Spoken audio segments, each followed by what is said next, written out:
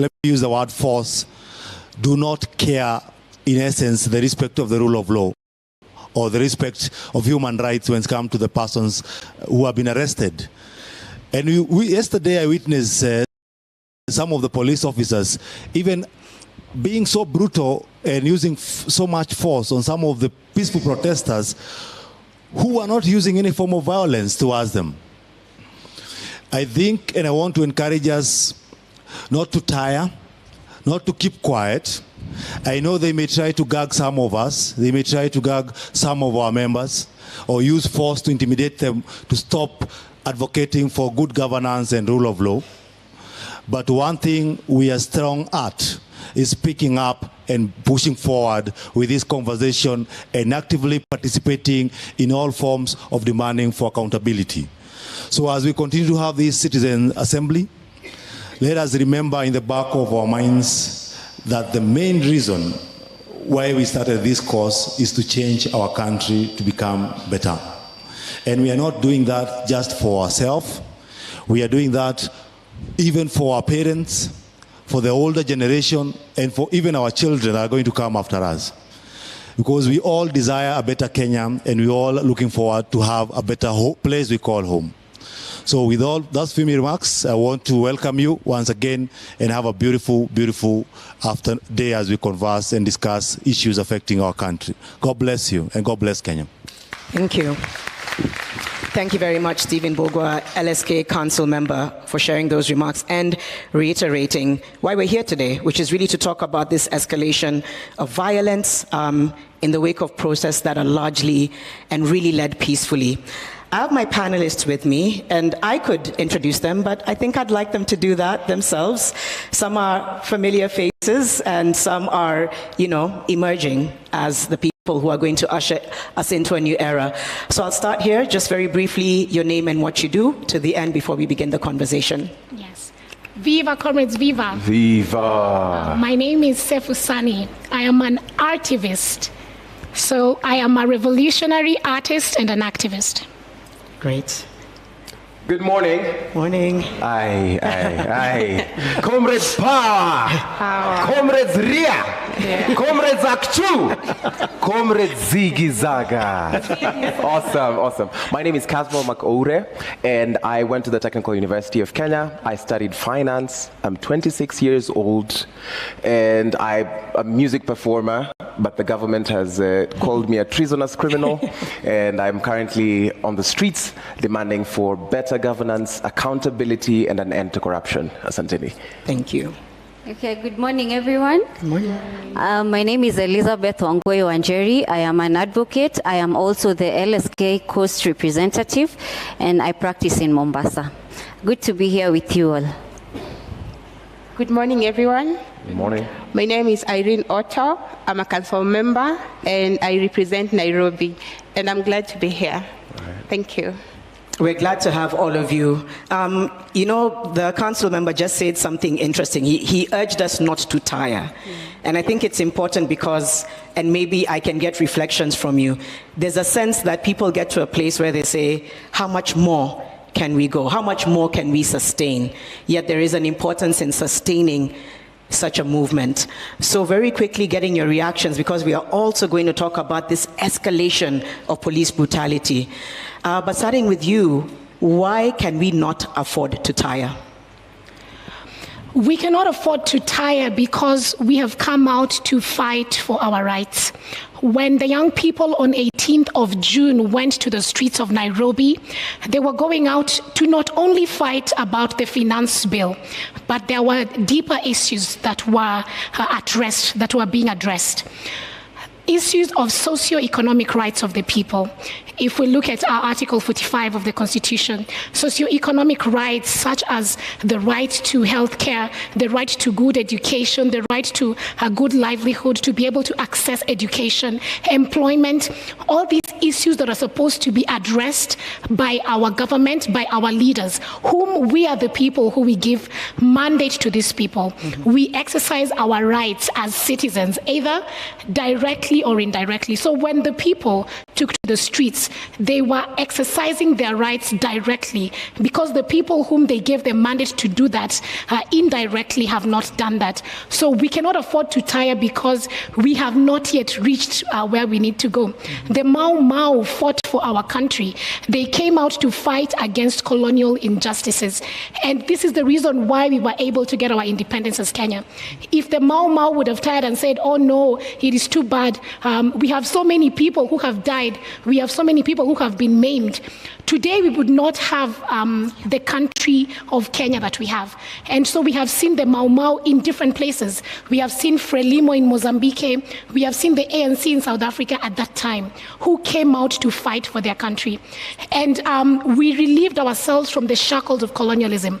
But unfortunately, we are still living under the guise of neocolonialism, where there were some black people with black skin who took over power, but they continued with those reigns. So this is the reason why we cannot stop. Us as the Mau Mau of today, the Gen Z of today, the millennials of today, the Kenyans of today, we need to fight until we reach to such a place where we have achieved justice, we have achieved our socio-economic rights, we have a place where people are not dying in Madare because of floods. Young people are not unemployed. We do not have to pay such high taxes. And when we elect our representatives in parliament or in any other capacity, they are able to actually amplify the voice of the people and not just their own voices for their own gain. Right. So we cannot tire because we cannot go back on gains made. Kasmul, you've been, consistently at the forefront of really amplifying this unanimous voice around saying we need change. And like I said, there's this interesting point we find ourselves where people are starting to almost say, well, there's certain things that have been done. Perhaps we should now move to understanding that this is the best that can be done, or this is, this is a solution. Whereas I think a lot of us know it's not. It's in the guise of, but really, it's a massive tone-deaf approach to what people were asking. How can we sustain momentum? How can we sustain the activism to ensure that at the end of the day, the voices are heard, the people are heard? How can we continue to sustain it? Thank you, Janet. One of the ways I see we can sustain the oomph and the zeal of this movement is in remembering how far we've come. And I say this because, just to bounce off what my sister, Comrade Sefu, has said, if we tire, we despise the blood of Rex. If we tire, we despise the blood of Shujaa Kennedy, a 12-year-old boy who was shot. If we tire, we are sanctioning that children should be tear-gassed in schools. If we tire and if we lose our momentum, we are enabling a corrupt regime. It is ensuring that all of you who are in Kwea in pursuit of a better future will never get into a workforce. And if you do, you need to have the surname of a person currently sitting in government. I think the way we can sustain, and personally what drives me to be part of this movement, is the fact that there are people who once left home and will never go back. There are people who left home on the 25th and on the day we occupied Parliament who are going to exercise their democratic right to assembly and will never walk again. I think about these people and ask myself, what is so special about me that I should be tired? What makes me so special that I get the right to be tired? Does the mother of Rex, who has shared one of the most heartbreaking stories I've had, does she get the luxury of being tired? Her son was out to ask for better governance, to ask for a better future. For me, he lay his life down so that I might be able to make it for the Citizens' Assembly. I think it is only wise that I contribute that way. If I get tired, Evans Kiraito, who was shot by the police, because these are not victims of accidental happenings. They were not struck by acts of God. These are victims of police excesses and police brutality. We are living in a country that has a police force that is living in the under the guise of a police service. If I get tired, does the couple that raised Evans, that is now being detained at Central Police Station, have the luxury to be tired? And I think while it is exhausting, while we live in a world where you're supposed to be a student and this is not how we envisioned to spend our 20s, certainly not for me, in the gift of community, in knowing that I can look to the side and see my sister fighting, I can look to my side and see my brother fighting, I can look to you and see you reporting the facts as they are without being gagged. Those are some of the things we can do. There is most definitely going to be protest fatigue, as is the norm of any process that we undergo as human beings. But for the sake of the sanctity of their lives, of the comrades we lost, for the sake of the families they left behind, for the sake of the dreams and the brains that were splattered on Parliament Road, we cannot afford to get tired. It is okay to take some rest, but for the sake of the comrades who've gone before us, let us not tire. Let us not tire. And I think just both what you and Sefo have alluded to is those before us didn't. So why should we? You have, though, very accurately talked about protest fatigue. And I think there's going to need to be conversations that reinvigorate people so that they don't feel like, oh, it's done. Right. Or maybe this is the change we need. Yes. Because we're starting to see that. And unfortunately, it gets us back to why we started in the first place. Right.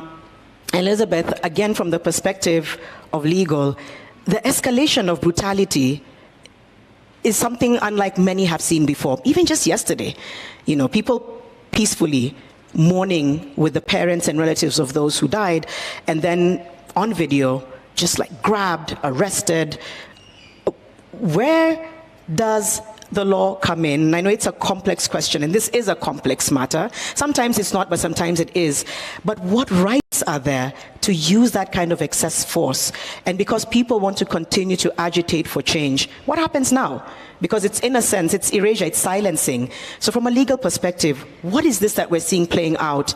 And how can we allow people to know that they should be safe when they go to protest peacefully? In my view, what was happening, like what happened yesterday, is just a classic case of a government just battering its population into submission. That's just what it is. So you batter to a point that you cannot resist anymore. That's just it. So it is not legal, but it is just a tactic that they're using to beat us to submission. Now, what my view is, any government that is in place should have a humane face. Now, this has got nothing to do with legal or being it a legal perspective, but it has to be a humane face. Now, if someone, I mean, common sense dictates that if I'm burying, the much you can do is give me at least some time to just finish the ceremony, then you can come and barge in. That is just common human decency. But you see now what the government is doing, it is now engaging in psychological warfare. It is actually wrong. So what we are saying is, why can't the relevant authorities just follow the right procedure? It's not like someone is going to run away if they're already attending a funeral. Let them finish. Just give them the decency of mourning, and then you can continue. But we are also seeing a situation where they're even now going to estates now. They're taking those attacks to people in their own homes, you see. So we're slowly getting to a point where now the population is getting so battered, they don't know where it is safe anymore. You're not safe in the town, you're not safe in your own home, so where do you go now, you see? So it's just instilling that fear. But people need to know that nothing comes easy. And this government, actually what it is doing is actually very wrong. And in terms of protesters, they should actually, if the police were doing their work of actually giving protection to the protesters, just going along and ensuring that the protests are taking place as per the law, then all these things we are seeing are really unnecessary. I don't see why the government has to go into estates. If people are running away, why would they be running away if the proper procedure of a protest is actually being followed? So I think we need a humane face to the engagement that is there between the police, the relevant government authorities, and its own population. That's what I think. Yeah, thank you for setting that tone and saying it's clearly, completely, it's unlawful, because it's important that that's highlighted. Irene, what happens now? Because the public trust is lost. It's broken. People are now looking at so many enemies arising, right? You know, you had first those who in the beginning forced people to go on the streets, and then those who are taking lives by force. How can you speak to people being able to, I don't know, I know trust again is a strange question to ask, but where can people take that trust that was broken? What can they do to motivate themselves to keep going out there to push for the change that they want? First, let me go back to what Wanjiri had said. Yeah. I think the Utu in Utumishi, Kwawote, is no longer there. And that's why they keep being brutal every time. Because why would you go and beat somebody who was just walking? Personally, I experienced police brutality. I was among the first casualties on the 18th because they hit me with a canister. At the police station, you know, when you're at the police station, you think you're at the safest place, that nobody would actually come and attack you there. And that's where they hit me. And for a moment, I couldn't walk. Like, it was so painful. And I was wondering, now, what am I supposed to do? And they keep throwing their tear gas to people. Imagine we are at the station, and we are advocates. So I thought to myself, if this is something they can do to lawyers, how about other people, the common wananchi, who doesn't even know, has not even read about their rights? Because we're advocates, we know our rights, we can sing them to you, but they act this way with us. So how about other people? That's what I thought about every time I was there until I was taken to the hospital for treatment. Now, in order to gain trust, I think we need to see bodies like IPOA working. That is how to gain public trust, because they are the ones who are charged with the oversight role. They are the ones who are supposed to come after these policemen. Have they started doing that? Based on the report that we saw, I think, a week ago, personally, I feel that is very inadequate. They have not even started doing the work. So how are we going to be able to trust them if they don't even do their mandates? And not to water down the sentiments of the IPOA lady who was here last time. I must have forgotten her name, I'm sorry. But people were not impressed with the kind of answers she was giving that day. It looked as though she was being evasive. She was not answering the questions. We want to know, what are you doing about it? What steps have you started taking about on these matters that are being reported? You cannot tell me that you cannot find the bullet that shot Rex, and that's why you can't do anything. Who's supposed to find the bullets? Who's supposed to do the what is it called when the examination? Is it us? Are we the ones supposed to bring the evidence? That's their job. So once they start doing their job, then the public will automatically give them the trust, yes. Once they start doing their job. Yes. I'll come around for a second and final round of questions. And you know, you've all spoken from your perspective. You're also in different fields, but it's a very shared narrative. And the thing that I've also been trying to ask myself is, what happens next? Where do we go from here? Because I feel like it's just one of those moments in history when you wake up and you don't really know what's going to come tomorrow. But we have a chance here to rewrite history. And I often feel like sometimes Kenyans have been, somebody once said, Kenya is like Africa for beginners. Yeah. And the way they described it is that perhaps there's been so many difficult moments, and it's not devaluing what we've gone through. We have been on the brink of many unfortunate moments, you know, whether it was 2007, whether it was going all the way back to Mau Mau, whether it was COVID, whether it was the floods. There's been so many moments, and yet it's a month in, and people feel like, oh, maybe there's a solution on the periphery. Personally, I find that worrying, but I also get that maybe we've internalized that normalcy of, where somebody says you're used to the crumbs you get, right?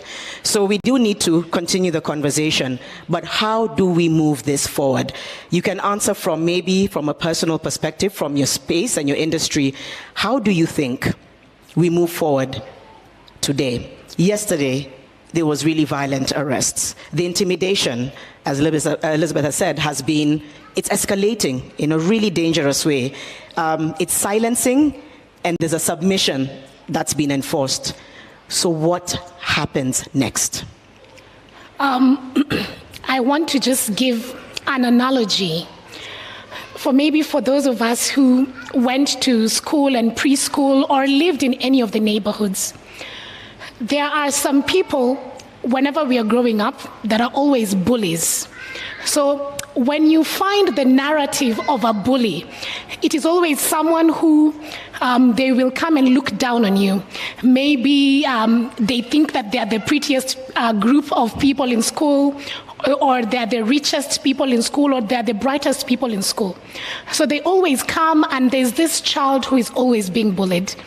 And until that time that this child or this person stands up to any of these people, it never changes. So maybe people go through that cycle of bullying, and those people, it's either you're part of them or you keep avoiding them. And I'm sure for most of us, we've gone through such a situation. So it only takes one person who you're so backed at a corner.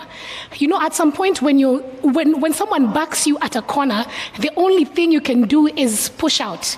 When you reach rock bottom, there is nowhere else to go.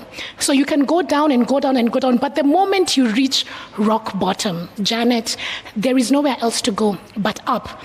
And I think this is where we are at as Kenyans at the moment.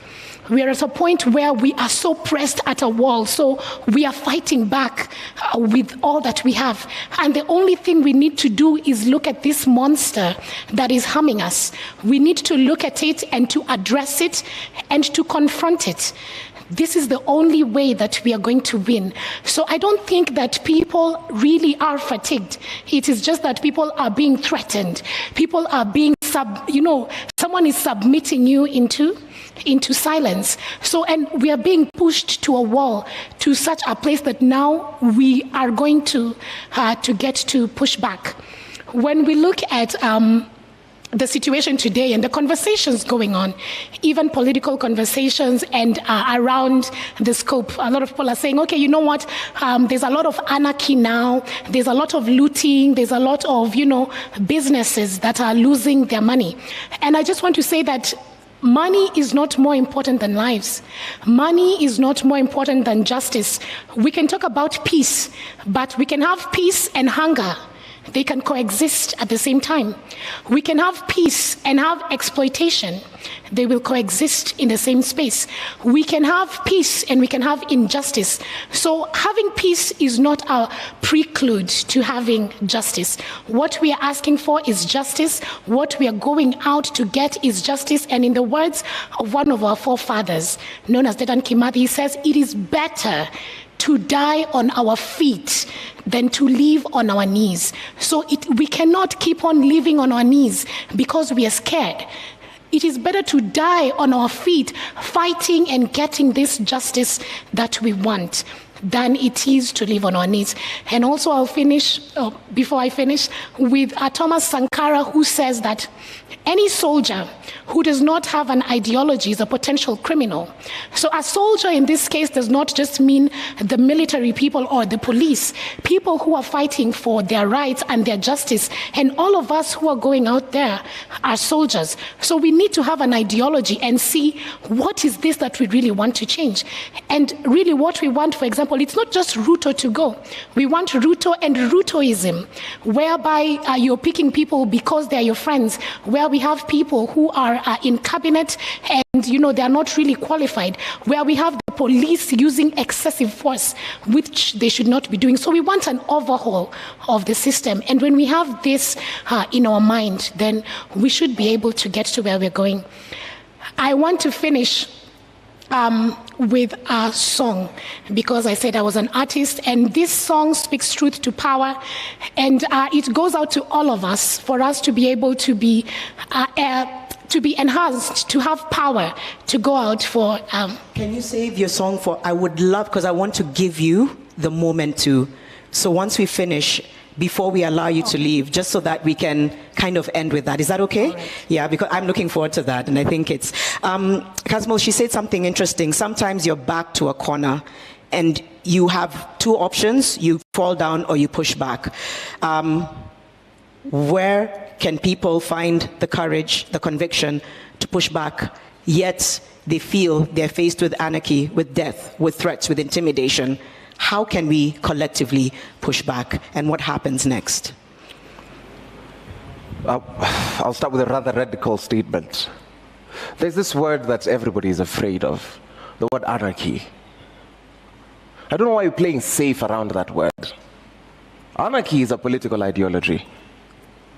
And it is the political ideology that the government wants to push us to. And I say this because if you analyze what the word anarchy is, it's just basically anti-Rutoism. Because what the outgoing President Ruto is running is akin to what could be described as, and pardon my largesse, a kakistocratic tumbocracy. In the sense that the only way you can qualify for this government is if you're utterly corrupt, if you're utterly inept and uneducated, and if you have a name that has bedeviled this country for long. So sorry to break it to you, fellow comrades in the Catholic University of East Africa and all other school-going children, that you will never be in government because you're educated and you stand for something. Dimwits, all of you.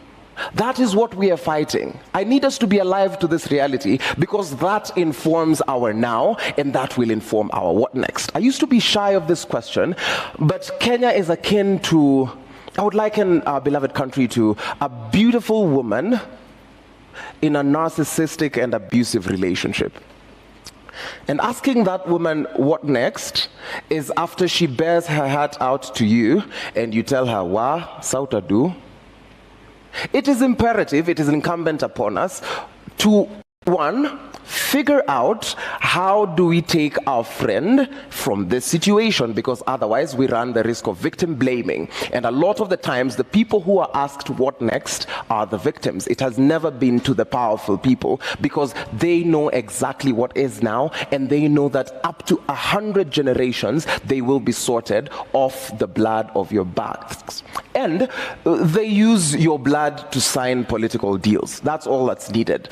Kitambo, it used to be signatures. Nowadays, the more lucrative thing in my analysis is the blood of young men. Not even for rituals or anything, because you guys are not that important. I need to remind you, when you're walking around, don't you dare think that you're a human being.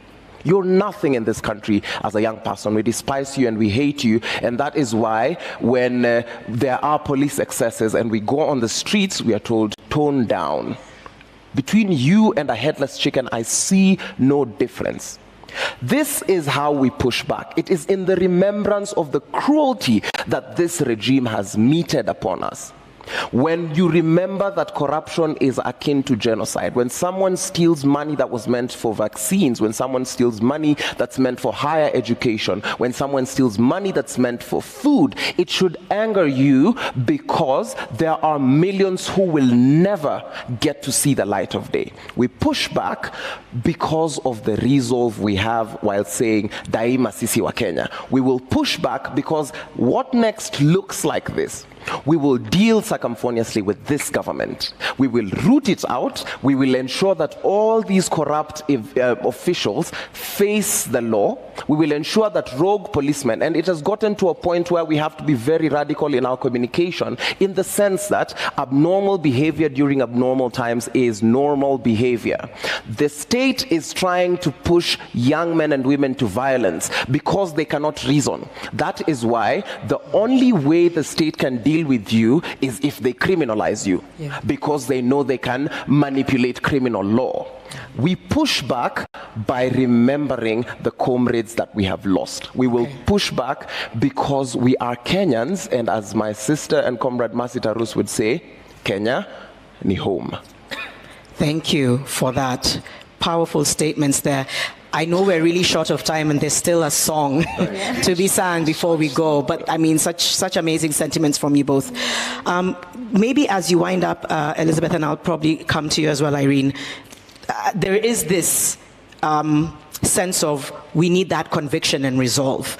How do we also move forward with heavy education? I think it was Irene who said, we know, like you know your rights, you know the law.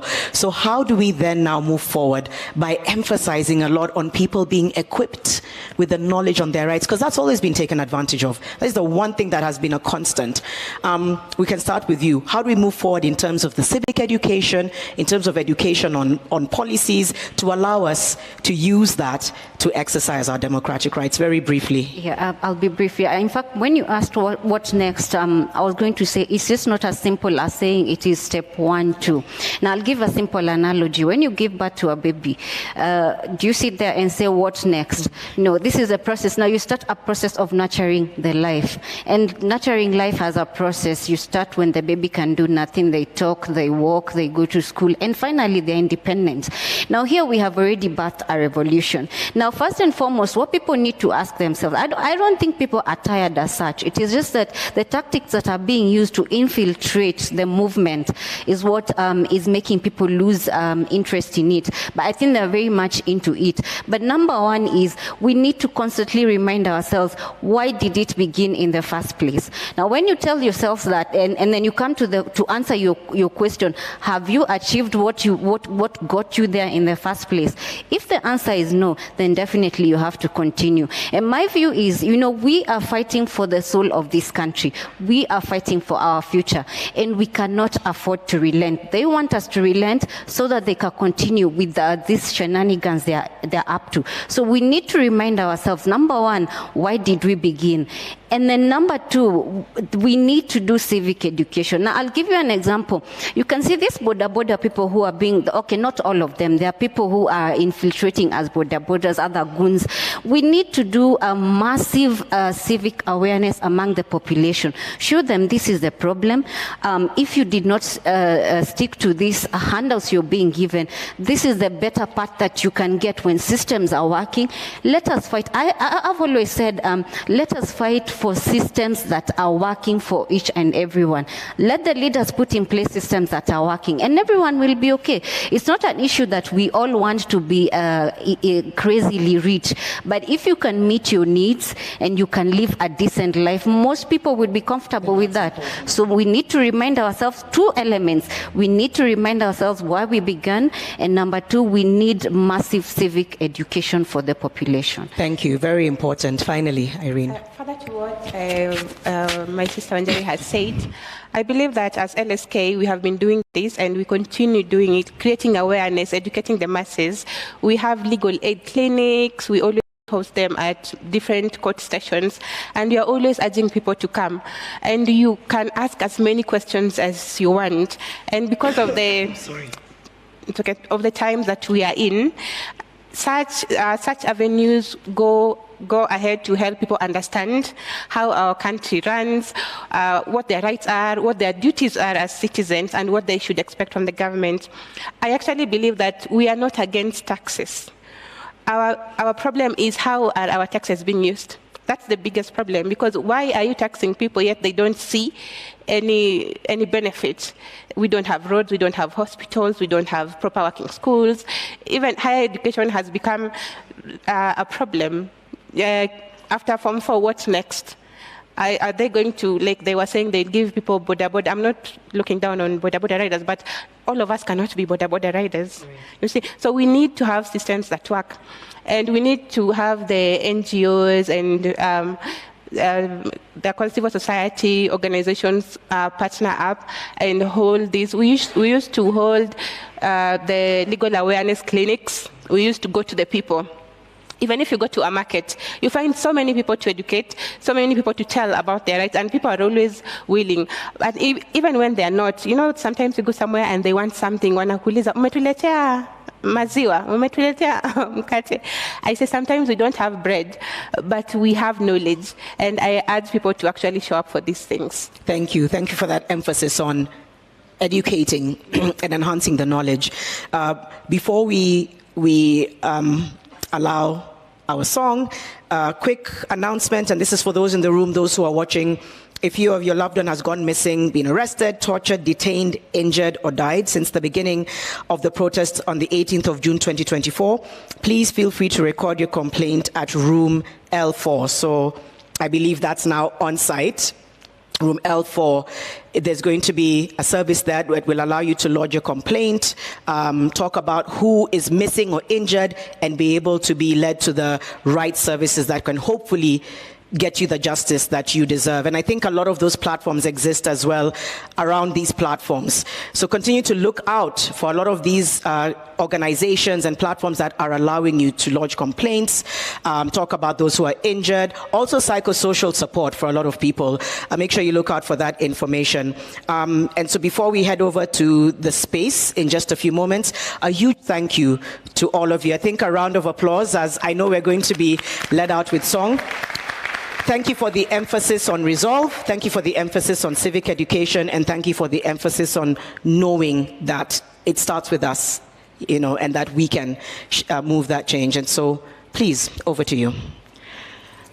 Kupigwa na kupokonywa maisha, hakutatuzuia sisi wananchi kunyakua uhuru wetu na haki ya jasho letu. Tumekataa kupiga magoti mbele ya hawa wauaji. Bila shaka sisi pia ni watu, hali ya utumwa tumeikataa. Tutanyakua mashamba yetu, tupiganie uhuru wetu, tuikomboe elimu yetu, utamaduni na viwanda vyetu. Sisi hatutaki kudhulumiwa, hatutaki tena mauaji, ili kupetuli angushe haki na uhuru zichanue, na uhuru wetu wa Kenya, uhuru wetu wa Kenya, tupigani. Let me see your face. Na katiba yetu, Kenya, katiba yetu wa Kenya, tutekeleze.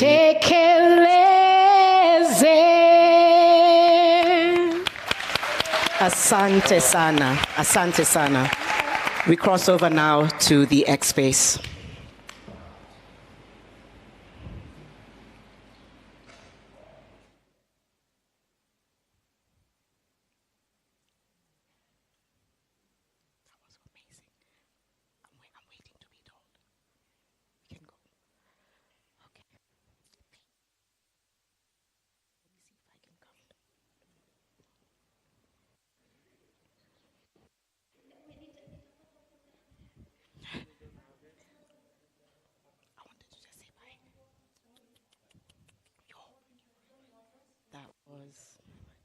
And I love that song.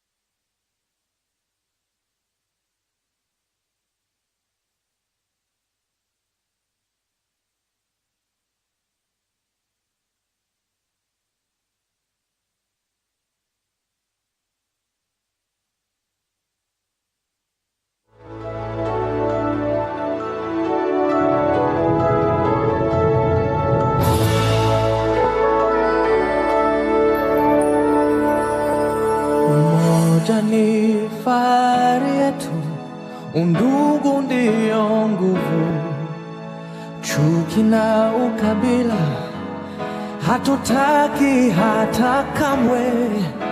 Lazima tuungane, tuijenge nchi yetu, pasiwe hata mmoja anayetenganisha.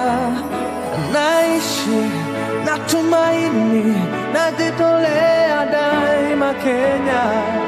Hakika ya bendera ni uthabiti wangu, nyeusi ya wananchi na nyekundu ni ya damu, kijani ni ya ardhi, nyeupe ya amani. Daima mimi Mkenya, mwananchi mzalendo.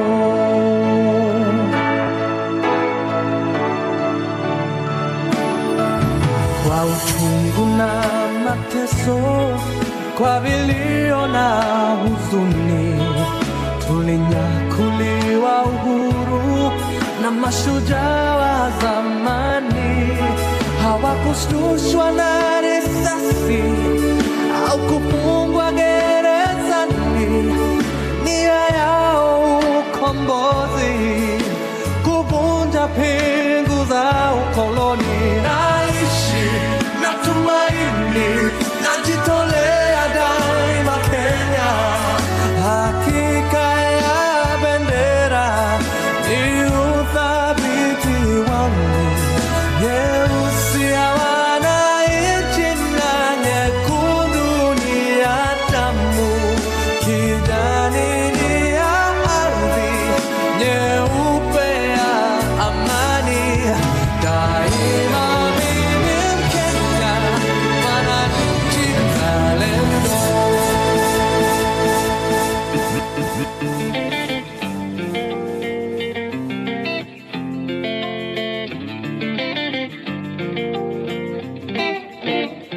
Barua toka Jaramogi na Kenyatta, wanauliza kama Kenya kuko sawa.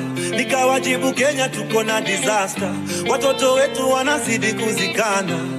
Na Tom Mboya ameshika tama, alituacha kama angali kijana. Je, angekuwa mambo yangekuwa sawa?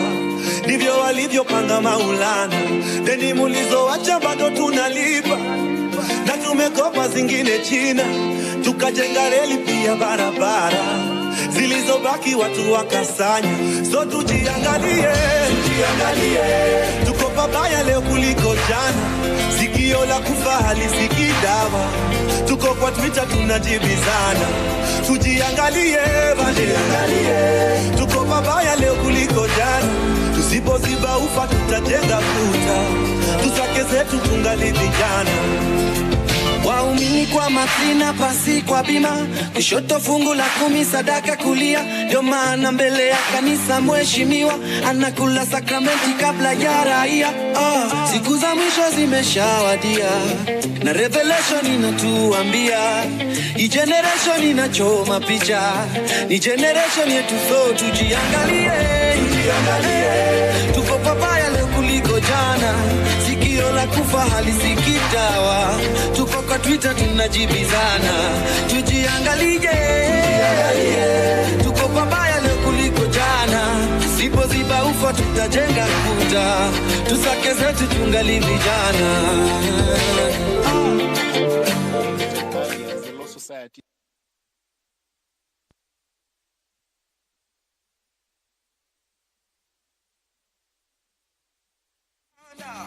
Ona leo twavuna tulichopanda, kura zetu zilitugawanya, makabila na pesa pia tulimanga. So when you make your bed, usingizi gani tumelala, tutajua tujui. Vision 2030 tabaki ni story. Tujiangalie, tuko pabaya leo kuliko jana. Sikio la kufa halisikii dawa, tuko kwa Twitter tunajibizana. Tujiangalie, tuko pabaya leo kuliko jana. Tusipoziba ufa tutajenga kuta, tusake zetu tungali vijana. Dosi waliniambianga freedom never comes for free. We vote tribe ama real cash, ask Boni. Tuna Roma liamwezi tajesu plus dogi. Wal mzima Twitter keotino fast body. Ban pictures in Africa, black coffee and none. I'm richer than my neighbor but we're both in a slum. If the rich always win, why should the popular run? Unless democracy ni what's used them only for fun. Na hii weekend tuko church tunauza sura kabisa. Post ya haga wenda poa sana na caption ya scripture. Kayo ndo gospel pitisha bagi ya sadaka kwa club. Traffic madrag waendai, traffic mandai zina drag. But maya mwizi amemake stories za shamba amegrab. Kono inahonga imevaa bracelet ya color za flag. Nikonja hata siezi karanga. Uwe hae shagala bagala. Niko tayari kulipa gharama. Sitasimama maovu ya kitawala. Sitasimama maovu ya kitawala. Ufisadi, ubinafsi, ukabila. Kuuza sura wataki kuuza sera. Undugu ni kufaana. Sitasimama maovu ya kitawala. Sitasimama maovu ya kitawala. Hatuget wadhifa, una deserve bila kasha makashfa. Hii society Kenya wanaeza share ni nyungu ya busa ama ketol ya shisha. Mfuko zinasikia eko. Unajua thamani ya mali na size ya kifuli. Eyo, ujaibiwa jua unakaa kitu worth. Risking jail time, police bullet for. I have actually just entered the precincts of Catholic University. I'll be joining the rest of the programs physically. But Thank you. So let's allow the individuals online who are not physically at Catholic University to make contributions. Yes. I'll invite Christine. Thank you very much. Are you there? Yes, Christine is here. Proceed. Thank you very much. Let me first of all express my sincere condolences to the families that have been affected. My name is Christine Sadi. I'm a medical doctor, the national president for Kenya Medical Women's Association and the founder of the same. When Mama Rex was talking, I was very moved by the trauma that she's going through. And I wanted perhaps just to mention that we may be able to provide some kind of counseling support if that is required for those who are going through very tremendous stress, if that has not yet been provided. The next thing that I wanted to find out if as a collective, I'm sure that one person talked about it, or professional association, we could coalesce and galvanize our response efforts. But more so, for me, this was a critical moment in our history in Kenya, and the momentum should not be lost. I know people have been dented, people are fatigued, but that was expected because of the mental rigors that people have gone through, even as a nation. So I think we need healing for this nation, but more so, Kenya Medical Women is trying to organize some candlelights so that we embrace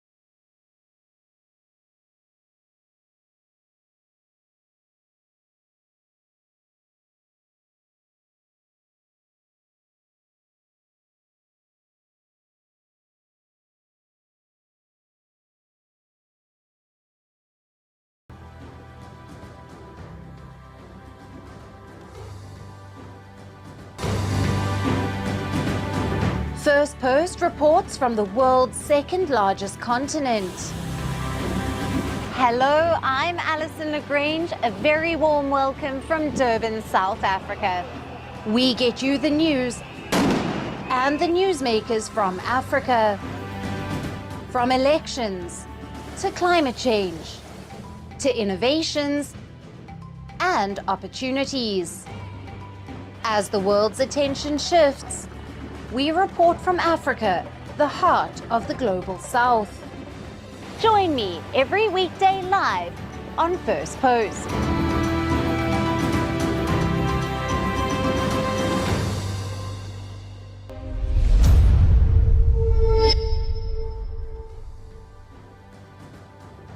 Hello and welcome to First Post Africa, where we get you the top stories from the continent and from across the world. I'm Alison Lagrange, coming to you live from Durban, South Africa. First, let's take a look at the headlines. A Microsoft-linked global tech outage disrupts operations in multiple industries, with airlines halting flights and banking, healthcare, and TV broadcast networks hit. Long-range Iranian. Before bed tonight, try this 7-second brain trick to help attract money while you sleep. It comes from understanding that the strongest energy in the universe is not positive thinking, meditation, or even the law of attraction. It's brain waves. More specifically, a single brain wave, the same one used by an exclusive group of the wealthiest people. But here's the problem. This brain wave is suppressed at an early age by our modern way of life, keeping this God-given ability switched off in most people. This is why the law of attraction doesn't work, because it does nothing to activate this brainwave. So if you've been struggling with finances, relationships, or health issues for too long and are finally ready to catch a break, then listen up, because this breakthrough could change your life for good. Top NASA scientist Dr. James Rivers studied the minds of over 600 rich, creative, and lucky people and discovered something peculiar. He found one special brainwave that switched on in them, that switched off in the rest of us. This brainwave gives them a kind of super brain, allowing them to enter a flow state where they can solve complex problems and learn new money-making skills with ease, enabling them to attract more financial rewards as a result. And lucky for you, here's the good news. Dr. Rivers found a simple 7-second brain trick, scientifically designed to activate this brainwave in anyone, regardless of their age or current condition.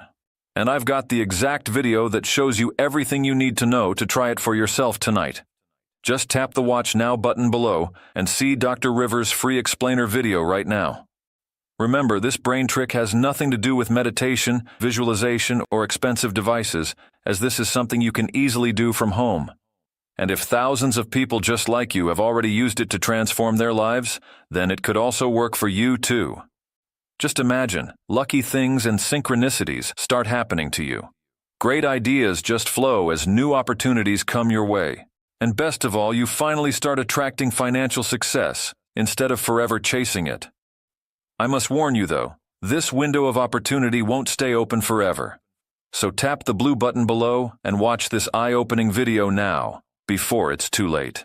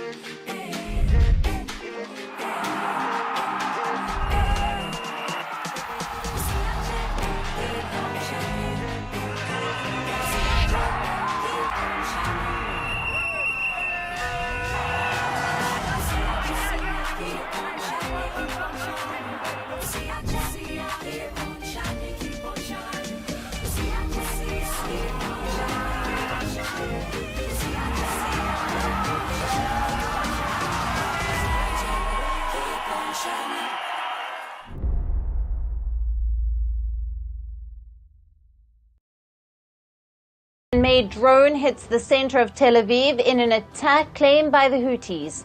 1 killed and 4 others wounded.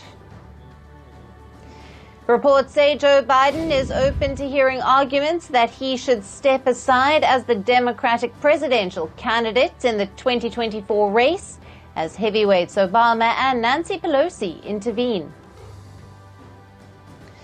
Ukrainian President Volodymyr Zelensky arrives at the Downing Street to meet UK Prime Minister Keir Starmer and his top ministers as Kiev pushes the West for additional air defences. And South African President Cyril Ramaphosa opens the new parliament with promises on growth, revival of economy, job creation and poverty reduction.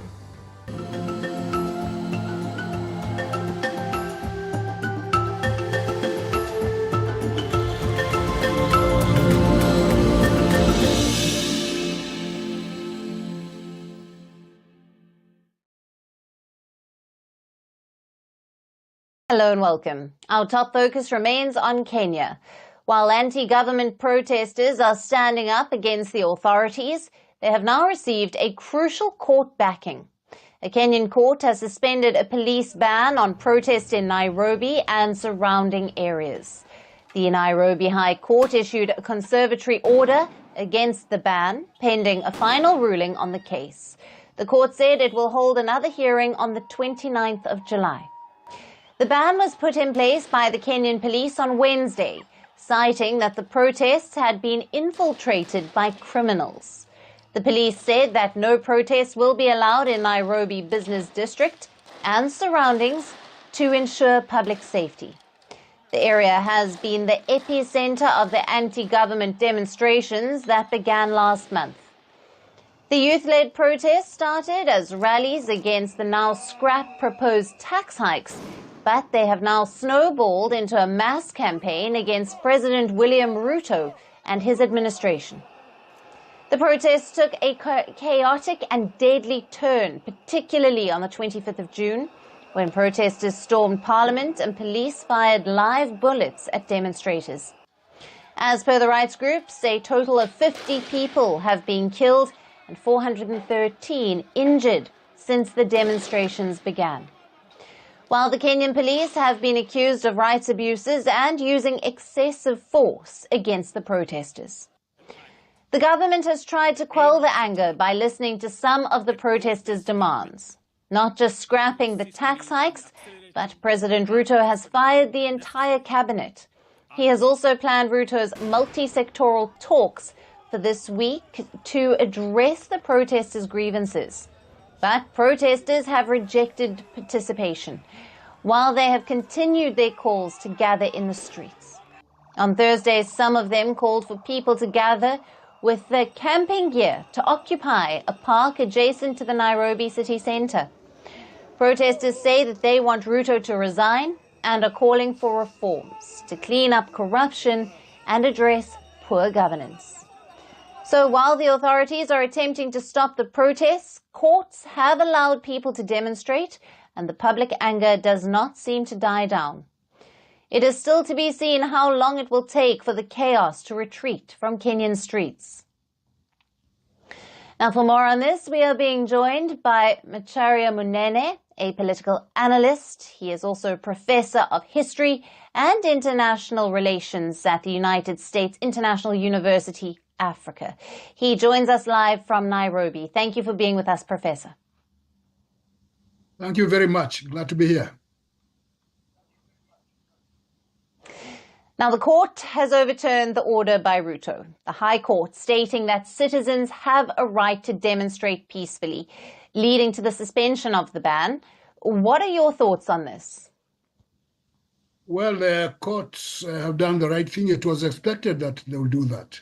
What is interesting is when the police issued the ban, the demonstrators generally kind of looked at it and they did the normal things. Their supporters went to court and pointed out that it was unconstitutional, that the police commissioner or inspector general has no power to issue such bans constitutionally. So it was expected that the court, once it hears the evidence, would overturn the whole thing because it would be an infringement of fundamental rights of people to assemble peaceably.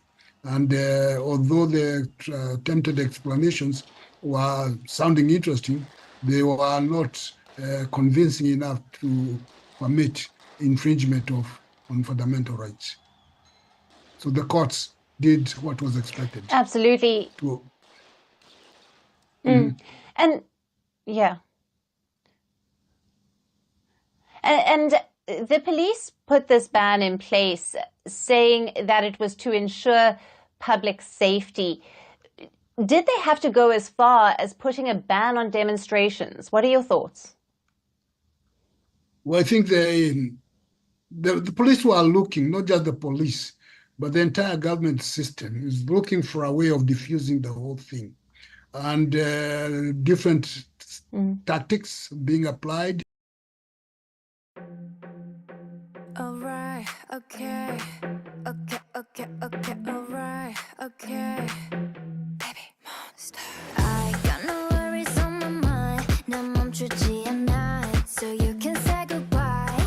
I fulfill my fantasy, and you can watch and see. 박수는 쳐보지. They say she looking flawless. I know. 타고났지 like this. She's not like don't like anybody. 여기저기 자나니 너니 가나 따라 마봐 사가지. Gotta go so say la vie. I'm dancing in the moonlight. Ooh, can't stop this feeling tonight. What you waiting for? Baby, it was all a dream. You thought I was yours. 멋대로 착각하지 마. It's bittersweet.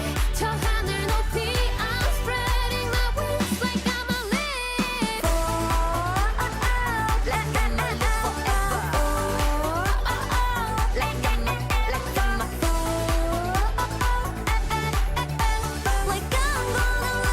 Like I'm a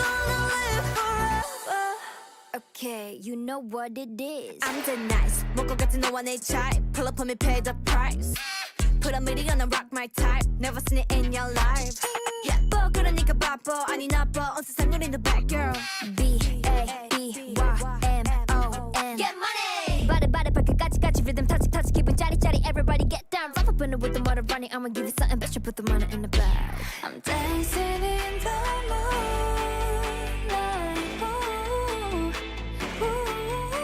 Can't stop this feeling tonight. What you waiting for? Baby, it was all a dream. You thought I was yours. 멋대로 착각하지 마. It's bittersweet. 저 하늘 높이 I'm spreading my wings like I'm a leaf. Like I'm a leaf forever.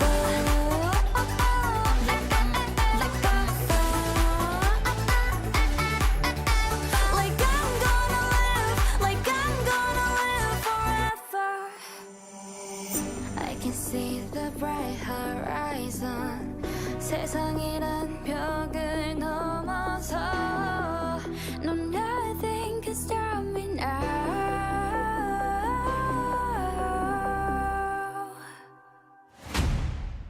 With forever, forever, forever, ever, ever.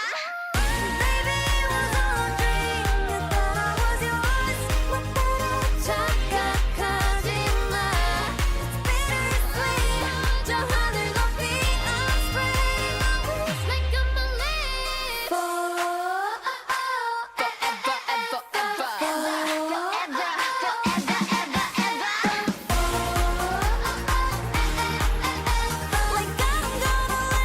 Like I'm gonna live forever.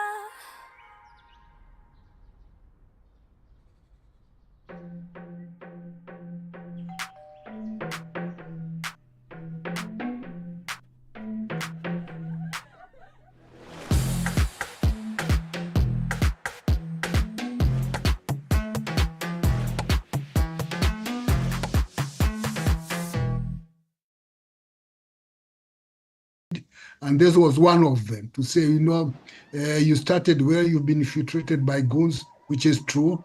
There have been some hoodlums, and therefore it's your interest we are trying to look after.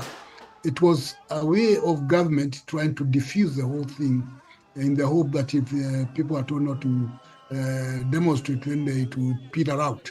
Unfortunately, that does not seem to be the case because the argument does not seem to work out very well. There have been claims that some of these goons are sponsored by some politicians because what has happened with the time is that the politicians are very unhappy because they are not responsible for this turnout of demonstration. The magnitude of it is revolutionary in itself. Attitude, it's an attitude thing as opposed to simply turning out. And the politicians who like to get credit for a lot of things, they are not getting credit for this. Instead, some of them are suspected of having some strange behavior. Right. And the protesters are calling for Ruto to resign. These protests have been the biggest challenge to Ruto during his tenure so far. What do you make of the current political crisis in Kenya? Well, it's likely to stay for some time. It's not going to end tomorrow. Well, the protesters seem to score some points. They did manage to get not only the removal of the offending finance bill, but the dissolution of the cabinet was one of the things that could be said to have been because of their activities. But today, the president appointed half of the former cabinet, and the composition leaves something to be desired because it returned at least 5 of those who had officially been dismissed, and then the others are new faces, so we are told. So it's likely to go on for some time, and it's a kind of a test of will from both sides to see who will blink faster than the other. There is an attempt by the president to see whether the opposition can be persuaded to join his government in the hope that it will help to lower the temperatures. But it's a game of wit, strategies, and see who blinks first.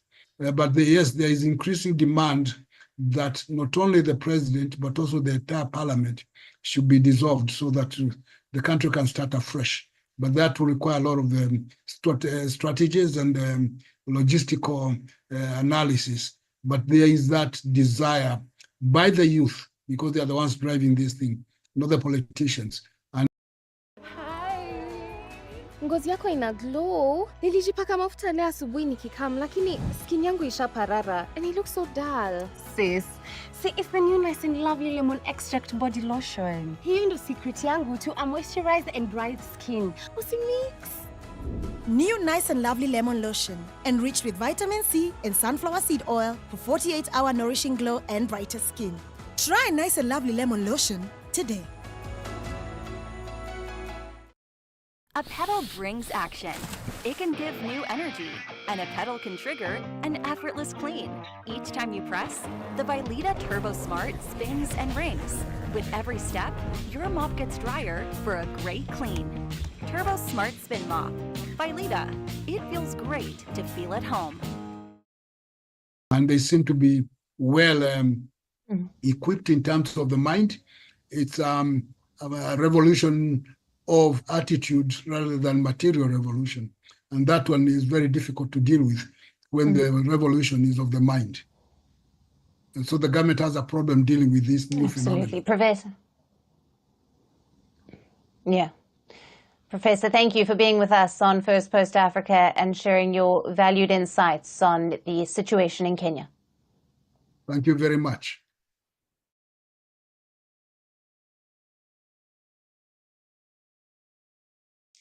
Moving on, Namibia has refused to extend the visa for a Ugandan king who has been getting medical treatment in the country since April.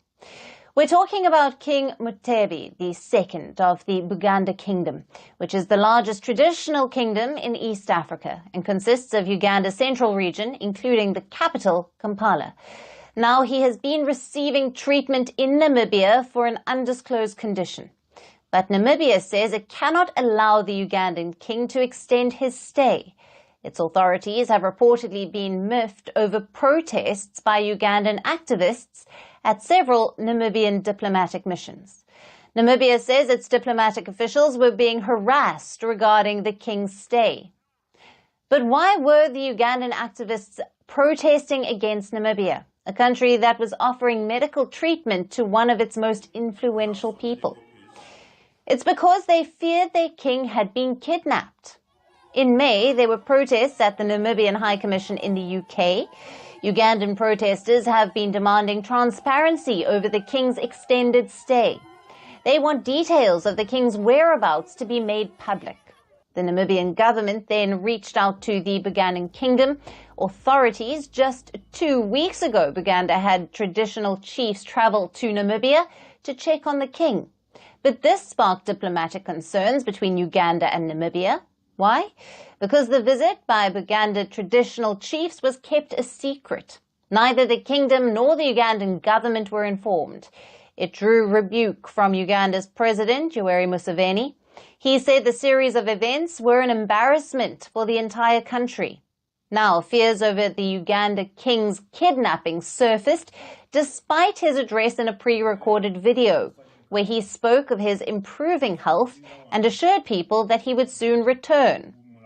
Well, now he's left with no choice. Namibia says it is just acting according to rules, where a foreign national who has stayed for 90 days has to return to their country.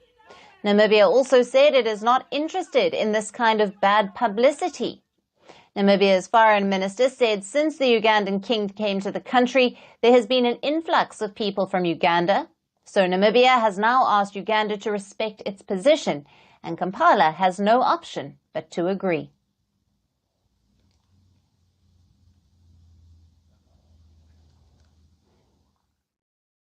Shifting focus to Mozambique, former finance minister of the southern African nation, Manuel Chang, is facing a trial in the US over the infamous tuna bond scandal. The corruption scandal that emerged in 2016 led to a massive economic collapse in the nation. Chang is charged with taking bribes to commit his country secretly to huge loans that prosecutors say were looted. Between 2013 and 2014, 3 Mozambican state-owned companies took over $2 billion in loans. This money came from the global investment bank Credit Suisse and the Russian bank VTB, among others. Now, these funds were meant to finance Mozambique's maritime surveillance, tuna fishing, and shipyard projects. However, the projects never materialized. It was revealed that the debts were concealed from the public and the international community, with finances a big part of the Mozambican national budget. However, the hidden debts were uncovered in 2016. Prosecutors say that huge chunks of the loan proceeds went as bribes and kickbacks to bankers and government officials.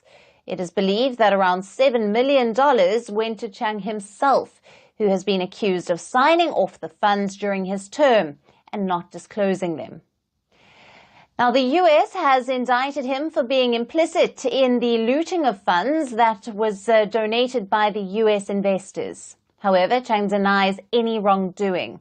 His defense lawyer has argued that there is no evidence that Chang agreed to take payoffs or received any money, and that he signed the guarantees because that's what his government wanted him to do. Already, 11 officials, including the son of Mozambique's ex-president, Armando Guebuza, has been convicted of embezzlement and money laundering as a part of the same scheme. Now, when this fraud surfaced, it shook the Mozambique economy. Before the emergence of the $2 billion debt, Mozambique was one of the world's 10 fastest-growing economies for 2 decades. And after the scandal emerged, the country's growth stagnated, the currency lost a third of its value, inflation surged, and foreign donors pulled out. Now it is one of the 10 countries with the lowest GDP per capita. Experts estimate that the crisis ultimately cost Mozambique around $11 billion, or around 60% of its current GDP. Rubbing, makeup stays on? Forget the wipes and choose Garnier #1 Micellar Cleansing Water. Our micelles work like a magnet to remove makeup for zero residue. Skin is perfectly clean and visibly soothed. Garnier Micellar Cleansing Water. Choose nothing but the #1 by Garnier Naturally. Mozambique's government has reached out-of-court agreements with creditors in an attempt to pay down some of the debt. Last year, it paid $142 million back to Credit Suisse to cover original loans of about $522 million from the Switzerland-based banking giant. Mozambique also recently reached an agreement on a $220 million settlement with Russia's VTB Bank and Portugal's BCP Bank. Apart from the US, the scandal has led to court action in Africa and Europe as well. Manuel Chang was arrested in South Africa in 2018, shortly before the US indictment became public. Now, after years of fighting extradition from South Africa, he was brought to the US last year. His lawyers tried to get the case thrown out. They have argued that Chang is immune from prosecution as a former foreign official. However, the US judges have turned them down.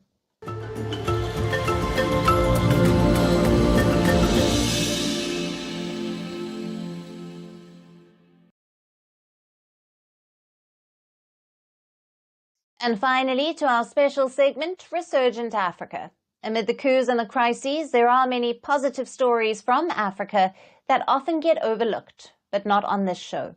Our story today is from Nigeria. In the face of incredible odds, badminton star Anulopo has scripted history by becoming the first Nigerian to qualify for the Olympics for 2 consecutive games. The 4-time African champion is now eyeing a gold at the 2024 Paris Olympics and aims to inspire Africa like never before. Our next report gets you more. In the vibrant city of Lagos, where the air is thick with dreams and determination, one name has become synonymous with excellence: Anuoluwapo Juwon Opeori. His journey is a tale of resilience and unyielding ambition. As Nigeria's undisputed champion and Africa's top badminton player, Opeori is now on the brink of making history. He has secured his spot at the prestigious Paris 2024 Olympics, making him the first Nigerian badminton player to qualify for 2 consecutive Olympic Games. However, the path to this pinnacle was not smooth. It was paved with numerous challenges and setbacks, demanding Opeori to participate in countless matches to garner enough points for Olympic qualification. His journey to badminton stardom did not come on a platter either. It was forged in the crucible of relentless effort and unwavering determination. Opeori's journey began with his brother and coach Funsho Opeori. From a young age, his raw talent and burning desire to succeed set him apart. Together, the brothers dedicated themselves to the sport, training with an intensity that reflected their shared ambition.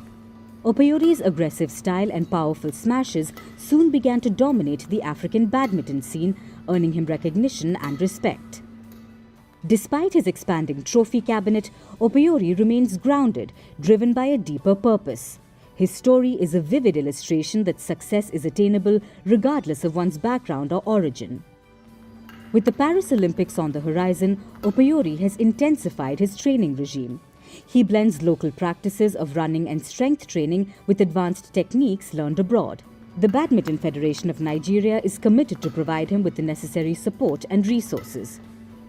Opeori will begin his historic quest at the Paris 2024 Olympics in Group N. He will face Li Shifeng of China and Tobias Konesi of Switzerland. And in the face of immense expectations, he remains unfazed. He knows that his opponents will be formidable, each bringing their unique skills to the court. So, as the sun sets over Lagos, casting a golden glow on the bustling city, Opeori trains tirelessly, his eyes set on the Olympic stage. And that's it on the show for today. We will see you again on Monday at the same time. Thank you for watching. Have a great weekend and goodbye.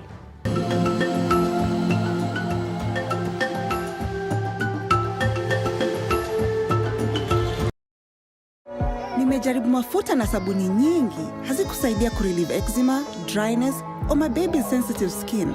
Tangu nigundue the new Nice and Lovely Baby Naturals wash, ni soothing during bath time na haiwashi macho. Ngozi imebadilika kabisa. Thanks to Nice and Lovely Baby Naturals Jelly and Cream. Jionee mwenyewe, the power of 3-in-1 Jelly and Cream moisturizes, protects, and repairs. Chagua Nice and Lovely Baby Naturals, approved by pediatricians and dermatologists.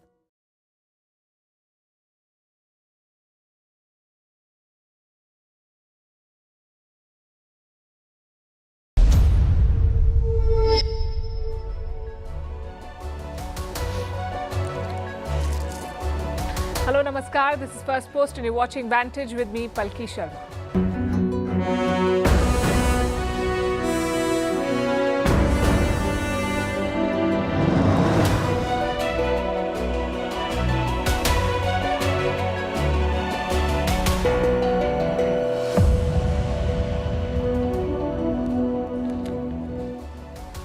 China is preparing for war. Says who? Beijing itself. Their president keeps telling his army to get ready, and now their premier is talking about taking Taiwan by force. That too in the country's parliament. Their economy is in bad shape. Entire industries need rescue packages, but the only thing they're boosting is their defense spending. What do we make of these moves and statements? We'll discuss that tonight. Meanwhile, the Maldives has signed a defense deal with China. What does that mean for India? And is it linked to India's new military base in Lakshadweep? Why does Iran want a naval base in the Sudan, and why have they turned down that request? Why are Indian app makers complaining to the government about Google? What's the human hair smuggling racket busted in India? How is it linked to China? France is the first country to make abortion a constitutional right. What's the politics behind this move? Why is Cuba, the land of Fidel Castro and cigars, making news for powdered milk? Why is Zimbabwe selling the latest US sanctions as a foreign policy win? What's the $12 billion scam that has taken Vietnam by storm, and how fast fashion is getting faster, and which governments are trying to apply brakes? All this and more coming up. The headlines first. Hamas says Gaza ceasefire talks extended for another day. Israel has stayed away from the negotiations being held in Cairo, Egypt. There has been no breakthrough in the talks, which began 2 days ago. Reports say mediators are now waiting for Israel's response to Hamas's proposal. The chief of the United Nations atomic watchdog to head to Russia, Rafael Grossi, will hold talks with President Putin about the Zaporizhia nuclear plant, the largest in Europe. In 2022, Russia captured it from Ukraine. Both Moscow and Kiev have accused each other of compromising the plant's safety. In India, the BJP launches a scathing attack on the DMK after its leader, A. Raja, says India is not a country but a subcontinent. Also claims the people of Tamil Nadu won't accept slogans praising Lord Ram. The DMK's India bloc allies, including the Congress party, distance themselves from these controversial remarks. Iran executed at least 834 people last year, the highest since 2015 compared to 2022. The number in 2023 was higher by 43%. It's only the second time in 2 decades that more than 800 executions took place in a year. Human rights groups have accused Iran of using the death penalty to spread fear. 2 planes collide mid-air over the Nairobi National Park in Kenya. A student pilot and trainer have been killed after their aircraft crashed into a passenger plane, but over 40 others managed to escape unhurt. The cause of the collision is not yet clear. And Montenegro holds the extradition of crypto fugitive Do Kwon to the US. Last year, the Terraform founder was arrested in Montenegro after being on the run for months. Both South Korea and the US are seeking Kwon's extradition. In 2022, his company collapsed, wiping out around $40 billion of investors' money.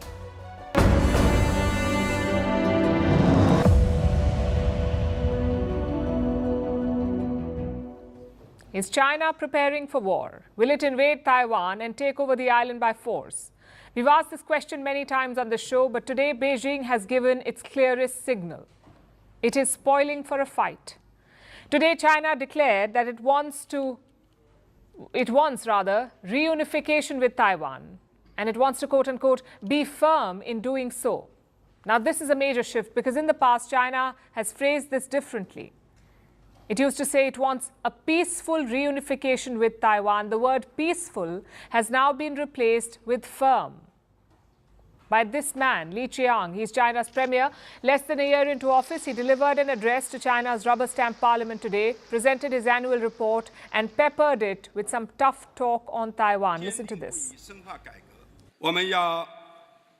We must persist in implementing the party's overall strategy for resolving the Taiwan issue in the new era, adhere to the One China principle and the 1992 consensus, resolutely oppose Taiwan separatism and foreign interference.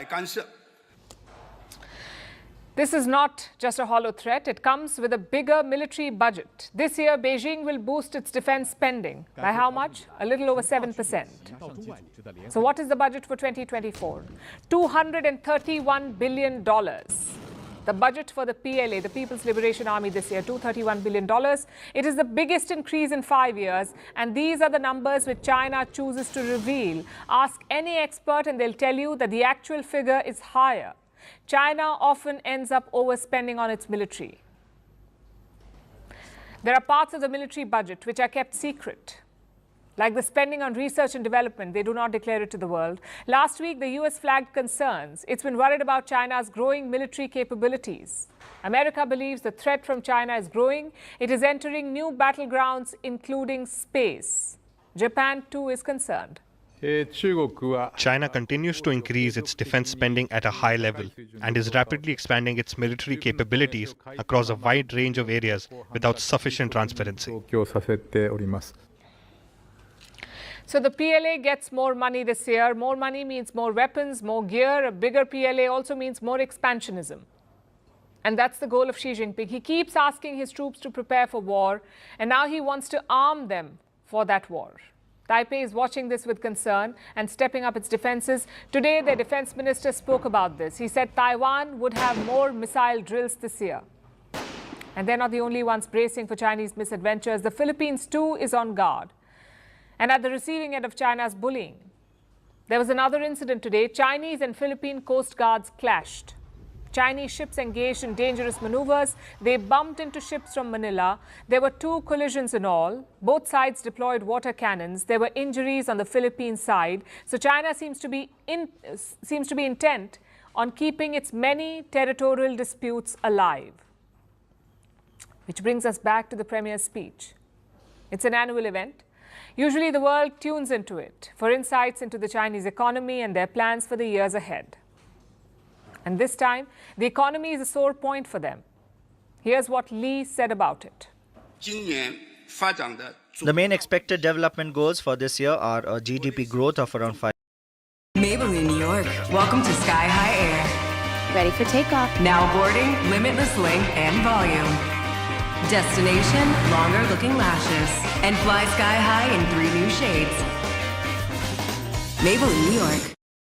5%, more than 12 million new urban jobs, a registered urban unemployment rate of around 5.5%, a rise of around 3% in consumer price index, synchronous growth of household income and economic growth, and basic balance of international payments. Now, those are some ambitious targets. Beijing is promising growth. The Premier says he wants to boost the economy, but he doesn't say how. How will he do it? China's economy faces a host of problems. Growth has tanked. There is rampant unemployment. Among the youth, it's so bad that China has stopped publishing unemployment data. There is a crisis in the property sector. Since 2021, 40% of home sellers in China have defaulted. 40%. Chinese stock markets are in a state of decline. In the last 12 months, they've fallen by 20%. The Indian stock market has surpassed Hong Kong. All these ailing sectors need bailouts. But China won't rescue them. It is more focused on building the PLA, on preparing for war. Even if Xi Jinping manages to subdue a small neighbor to boost his ego, it will be a Pyrrhic victory.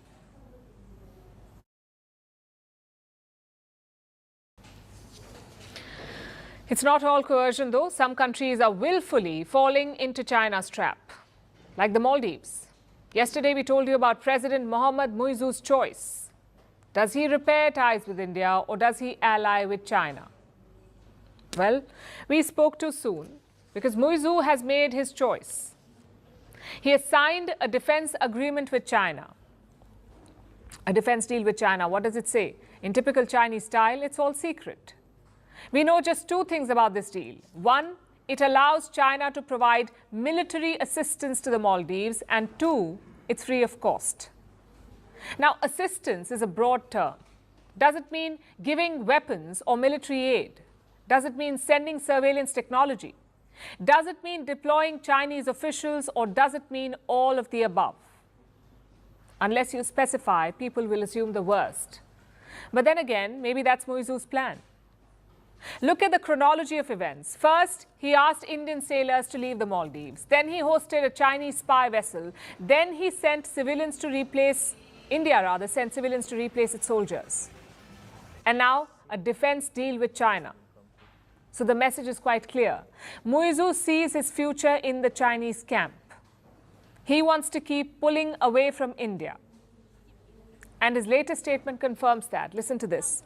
There will be no Indian troops in the country come May 10th, not in uniform and not in civilian clothing. The Indian military will not be residing in this country in any form of clothing. New Delhi has already agreed to that. The soldiers are on their way out. But Muizhu wants to make a spectacle out of it. The question is, how will this affect India's security? And how can New Delhi respond? Some basics first.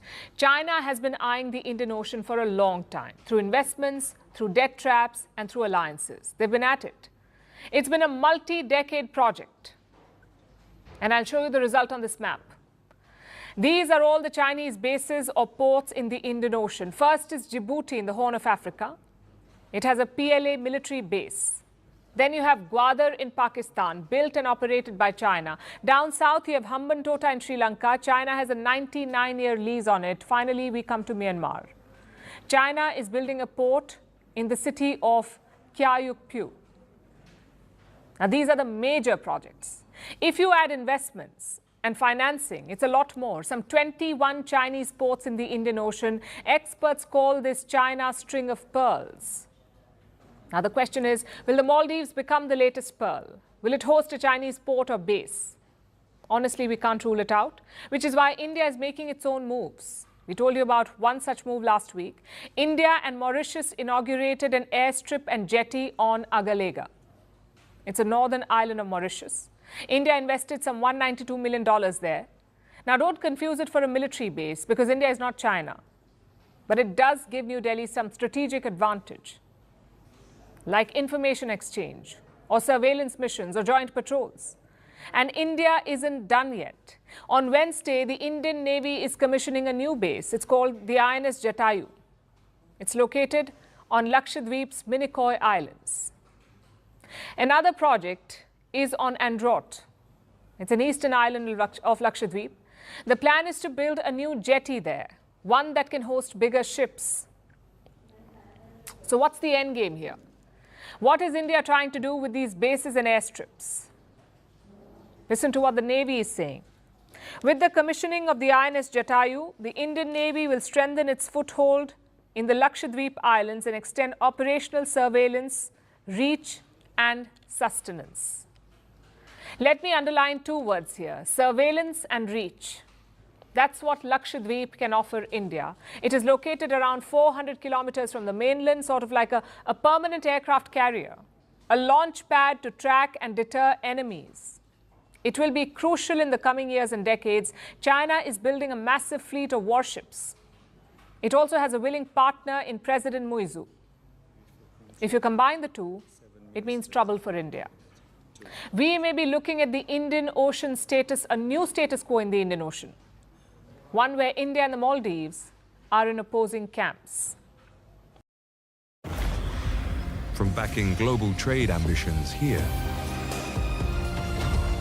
to delivering on that promise here. Access growth opportunities in the world's most dynamic markets with Standard Chartered.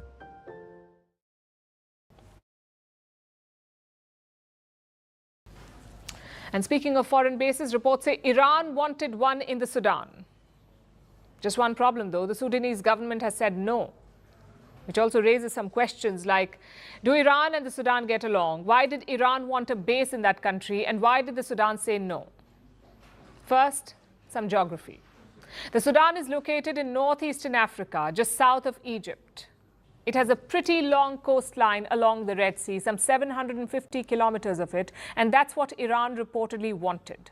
A naval base on the Red Sea. That's what Iran wanted. Two reasons why. Number one, Iran's rivals already have access to the Red Sea, like Saudi Arabia, Israel, Egypt. All of them can access the Red Sea, but Iran cannot. It is located on the other side of the Persian Gulf, so it wants this access. Reason number two, to weaponize maritime trade. You see, Yemen's Houthis are already doing it. They've been attacking commercial ships in the Red Sea. And who supports the Houthis? The Iranian regime.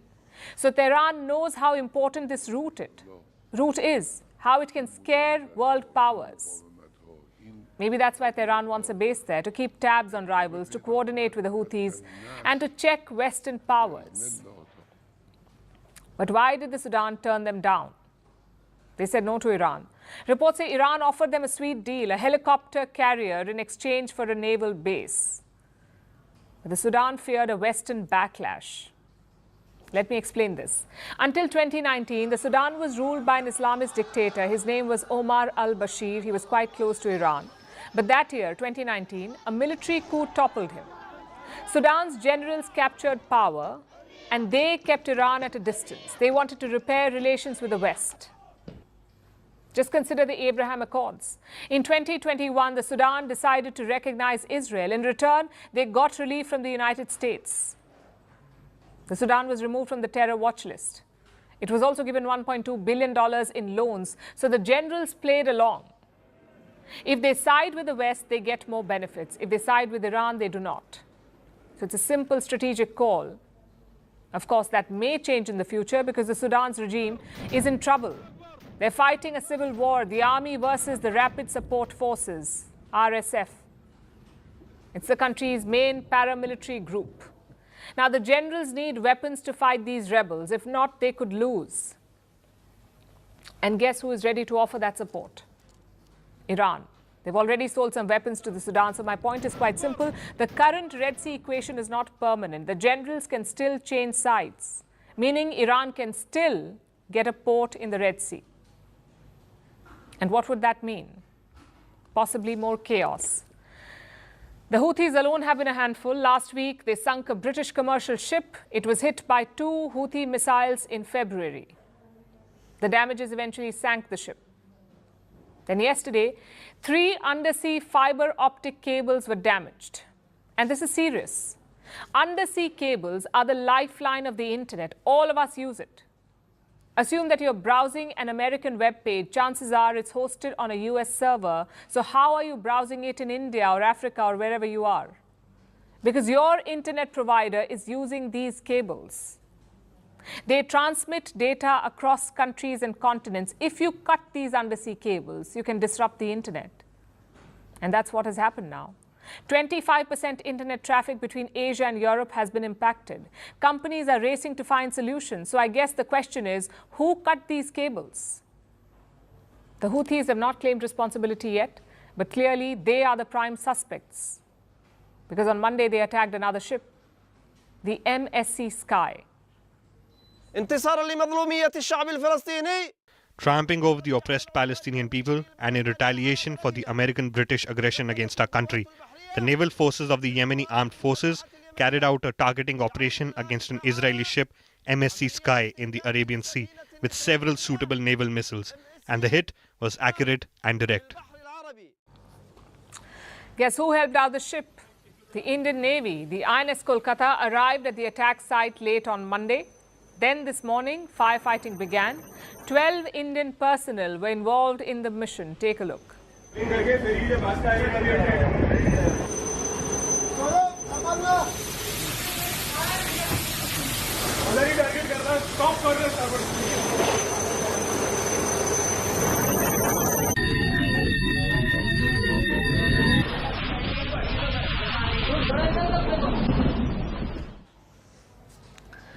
So is this the new normal? I ask because the Houthis seem to like it. They now want ships to obtain permits, to take their permission, maybe pay them some money, and then sail through the Red Sea. It's a very dangerous trend. At first, the Houthis said their goal was to deter Israel, to stop the war in Gaza. That's what they wanted, they said. Once the war stopped, so would the attacks. But what if the Houthis change their plans? After all, this tactic is giving them a lot of attention and money. So what if the Houthis stick to it? That's the new headache for world powers. Try the new Nice and Lovely Flawless Bio Body Oil. 9 out of 10 Kenyan women agree it worked for them. Back to India now, and there's a showdown in the world of technology. Google versus Indian app developers. It all started last Friday. Around 200 Indian apps were removed from Google's Play Store. You may know some of them, like Naukri, 99 Acres, Shiksha, Shadi.com, Kuku FM. The reason was Google's new payments policy. Now, I'm guessing all of you know what in-app payments are. In-app payments. Sometimes apps have premium features or extra services. And to access them, you need to make payments inside that app, hence the name in-app payments. Now, Google wanted to charge for these transactions, for these payments. How much? Between 11 and 26%. Google wanted that cut, 11 to 26%, but the app developers opposed it. They pointed to other payment gateways in India like Razorpay or Cashfree. Guess how much they charge? Between 0 and 4%. Google wanted up to 26%, so app developers questioned Google's policy. And they refused to comply. Soon the government got involved, the government of India. The IT minister held talks with the developers and Google, and he agreed to find a solution. These developers also approached India's antitrust watchdog. It's called the CCI, the Competition Commission of India. And what was their complaint?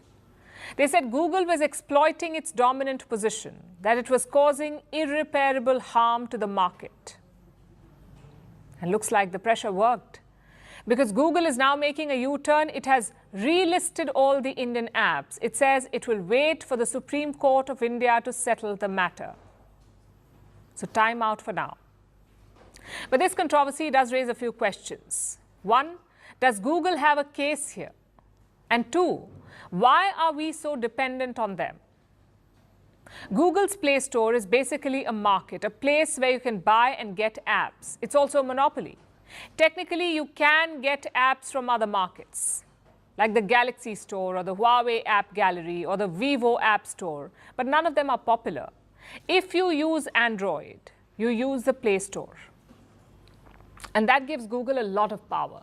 The question is, are they exploiting that powerful position? Here's what the company says. More than 200,000 Indian developers, 2 lakh Indian developers have already agreed to the new billing system. Only 10 holdouts remained.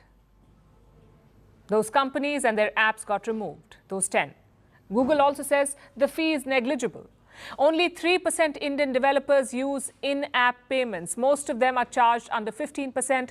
Only 60 developers, 60, pay more than that, more than 15%. Now, I know these numbers seem quite small, certainly not enough to get the government of India involved. But this is not about numbers. This is about principle. Should a company be allowed to exploit its dominant position?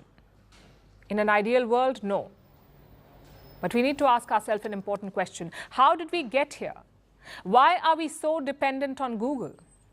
That is the root of the problem. Almost 95% smartphones in India run on Google's operating system, what we call Android. 95% phones in India, chances are all of them use the Play Store. So if you make an app in India, you are at the mercy of Google. You can complain on social media, you can reach out to ministers, but at the end of the day, Google holds all the cards. In fact, they kicked off this race. Google launched the Play Store way back in 2012. It has a 12-year head start. Logic says it's impossible to bridge that gap. But some companies are trying, like PhonePe. PhonePe has launched its own app store. It's called the Indus App Store. And its biggest feature? No fees for in-app payments. Now, I know it sounds great on paper, but the challenge ahead is huge. All Android phones come preloaded with Play Store. Users are hardwired to search for it. So we're talking about a massive behavioral change here, one that could take lots of time and money, which is why companies are wary of this market. You could call it a digital mission impossible. It doesn't mean we can't learn lessons from it. These controversies show why homegrown platforms are so important. You can hold them accountable, you can enforce your laws. Just look at the same Google in the US. Their CEO is one of the biggest names in tech, but in the US Senate, he's grilled like a teenager. He sits patiently and he takes questions. Why? Because Google is based in the US. It's an American company. India needs to start thinking like that. Maybe it's too late for social media or search engines, but not for new technologies like artificial intelligence. You need to identify and promote such new industries.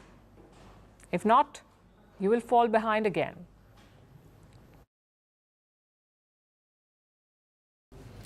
Now, let me ask you what may sound like a strange question. Have you ever wondered what happens to your hair after a haircut? The strands that have been cut, what happens to them? They're trash for you. But for hair traders, it's gold, especially in India. Because there's massive demand overseas for Indian human hair. And guess who is among the biggest buyers? China. In fact, they're so keen on this supply that they have started or resorted to smuggling. Human hair from India, that's what they're smuggling. This week, Indian officials cracked a big case. They found hair worth over $1 billion being smuggled, mostly to China. India's border forces have been seizing a lot of these shipments lately. Our next report tells you why this has become a hair-raising issue. On the face of it, it may sound amusing, but India's border forces are confronting a hairy situation. This isn't mere wordplay, it's the reality. There's widespread smuggling of human hair out of India. India's Enforcement Directorate has been probing a new case.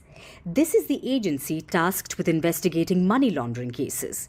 They've exposed a smuggling operation. It involves shipping human hair out of the country illegally. Well, hair may seem like a waste when you go to your barber for a haircut, but overseas, it's worth a lot of money. The operation uncovered by the ED involved smuggling of human hair worth $1 billion. And guess who's the biggest buyer? China, followed by other countries like Bangladesh, Myanmar and Vietnam.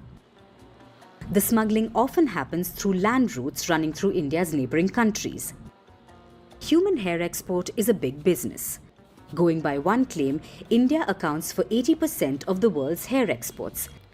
That's a big number, which is also the reason behind the deeper scrutiny. A simple Google search exposes the magnitude of the problem. Most of these stories have one thing in common. The bulk of the demand comes from China. So why do the Chinese want to get their hands on Indian hair? Well, there are a few compelling reasons. There's an epidemic of hair loss in China. There are many Chinese who are losing their hair at a very young age. And it's not just the men. In 2020, over 250 million Chinese were diagnosed with hair loss, and out of this, 88 million were women. This has led to an uptick in the demand for wigs and hair extensions, and manufacturers prefer Indian hair. They describe it as lightweight, lustrous, wavy and bouncy. In fact, India is famous for its supply of Remy hair. That's the type with the cuticles still all in one piece. They are believed to be of the finest quality. Where do they come from? Usually from a single source. Many traders gather these from temples in southern India, where women are known to shave their heads for religious reasons. But like in any business, the hair exports too suffer from a demand and supply problem. The supply for human hair is hard to come by. So the Chinese have resorted to smuggling. Last year, it was revealed the Chinese buyers were hiring local agents who bought human hair from Indian suppliers and smuggled them out of the country. India is now cracking down hard on this problem. The illegal supply is also a loss for the exchequer, as the smugglers end up avoiding any export tax. The problem is a messy one, and it may take a while to untangle.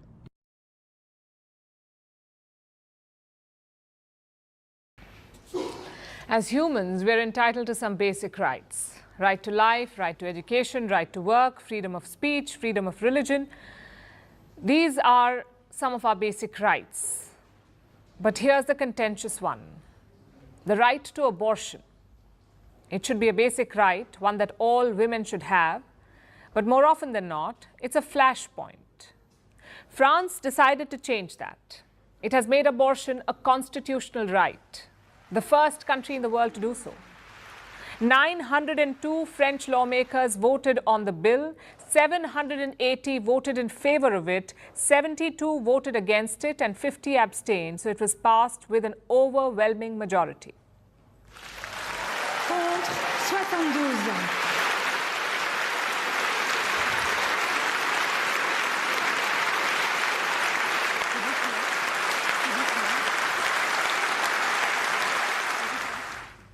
Supporters cheered on the streets. President Macron called it French pride. The Eiffel Tower lit up in celebration. It sparkled with the message, "My body, my choice." It's a proud moment for France, and why wouldn't it be? Worldwide, abortion rights are under attack. In 24 countries, it's illegal for women to get an abortion. In 37 countries, it's heavily restricted. The US overturned the right to abortion in 2022. Since then, several states have banned it. You must cross state borders to get an abortion in America.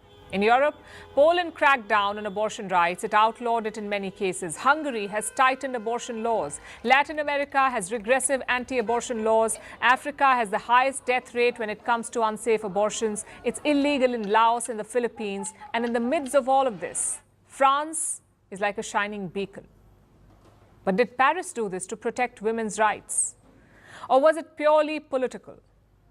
Let's look at the facts. France legalized abortion in 1975. It was allowed until 10 weeks of pregnancy.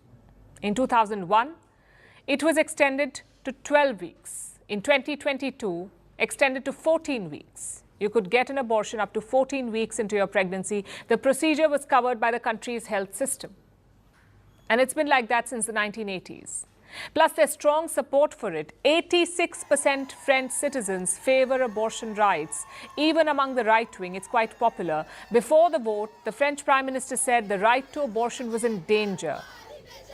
But data shows that was not the case. Since 1975, France's abortion law has been updated 9 times, and every time access has only been expanded. The people support it, the lawmakers support it. Across the political spectrum, they all want abortion to be legal in France. Of course, enshrining it in the constitution is a great move. But why now? Why did they do it now?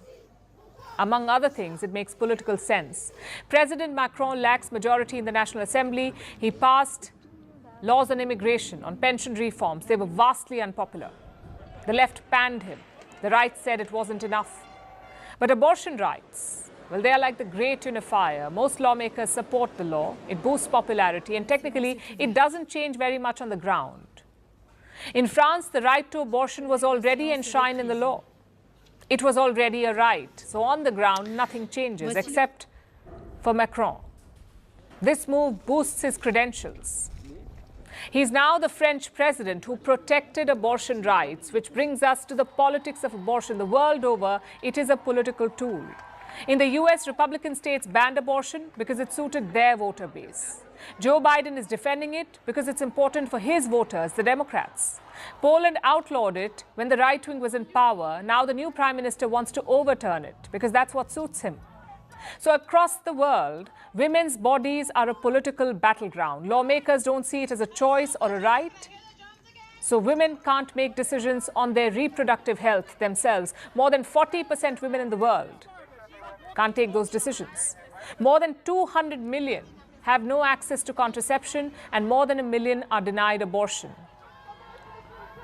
When you see France's move against this backdrop, you know that it's just symbolic. Yes, it is important.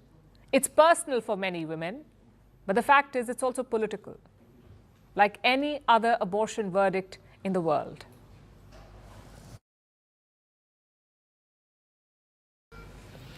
Our next story is from Cuba. What's the first thing that comes to your mind when you say Cuba? Cigars? Fidel Castro, perhaps? Those are the popular guesses. But have you heard about the Cuban economy? It's been in the headline for some time now. Cuba has raised its fuel prices by 500%. It cancelled its annual May Day parade because of shortage of fuel. It is asking the World Food Programme for powdered milk. There's a shortage of food, there's a shortage of medicines, and this isn't a new crisis. It's been going on for decades now. Our next report tells you how Cuba went from being the shining beacon in Latin America to a struggling economy. It was the early 1960s. The CIA was busy with Operation Mongoose. America wanted to kill Fidel Castro. They hatched different plans, 33 of them. Some included the usual, like poisoning, hiring hitmen. But some of those plans were downright bizarre, like using a nuclear-tipped cigar. Sounds like the CIA drew inspiration from cartoons. Obviously, the plans did not work. The CIA tried and tried, but Castro had more lives than a cat. So his cigars stayed, as did his revolutionary speeches. If you ask anyone, Fidel Castro is synonymous with Cuba. The world knows him as Castro, but for Cubans, he was just Fidel. He was loved by some, hated by many, but no one could ignore him. His beard was recognizable anywhere, so much so that a CIA plan was to make his beard fall out. America believed it would make people lose respect for him and lead to his ouster. That did not happen. Castro was the longest-serving non-royal leader of the 20th century. His rule spanned that of 10 US presidents. Castro believed Cuba's problems were because of capitalism. He wanted a people's revolution. So, in 1953, he planned an armed uprising. It was against Fulgencio Batista. He was arrested, he left Cuba, but returned to lead a guerrilla campaign. And in 1959, Castro finally got what he wanted, to rule over Cuba. It was a contentious rule. He was close to the Soviet Union, thus enemy number one for the US. The country hosted Soviet missiles. In 1962, the world was on the brink of an all-out nuclear war, with a small island at the center of it. There were also some remarkable achievements, especially in the domestic sphere. Medical care was free for all. Infant mortality rates were at par with developed nations. Cuba even sent doctors and nurses abroad. Cuban doctors conducted over 2 million cataract operations worldwide. They were all paid by the government in Havana. The country also had an advanced biotech industry. Food rationing was introduced in the 1960s. Basic food necessities like rice, oil and beans are available to all. That too at heavily subsidized prices. It was a policy lauded by many. But with the US embargo and no Soviet lifeline in the 80s, it just wasn't sustainable. There was chronic shortage. Department stores had empty shelves. Food queues grew. People wanted to leave the country. It continued until the early 2000s. That's when Fidel Castro relented. He introduced some free market reforms, but it didn't change much on the ground. Then came his brother, Raul Castro. Raul preferred the free market more. In 2008, personal computers were sold to the general public for the first time ever in the country. But the reforms came too little too late. In the 2010s, the economy was still struggling. Then came the pandemic, and since then, the nation of 11 million has barely recovered. Inflation is at 30%. Last year, the economy shrank by 2%, and this year looks no better. Cuba has hiked fuel prices by 500%. There's a shortage of milk, medicines, and other food items, which is why Cuba is now asking the World Food Programme for powdered milk. Cuba blames the US sanctions for the crisis. But government mismanagement over many decades is equally to be blamed. Fidel Castro may be long gone, but his policies continue to loom over the island. Cuba was once a crowning jewel in Latin America, but it lost its sheen long ago and is struggling to find a way back.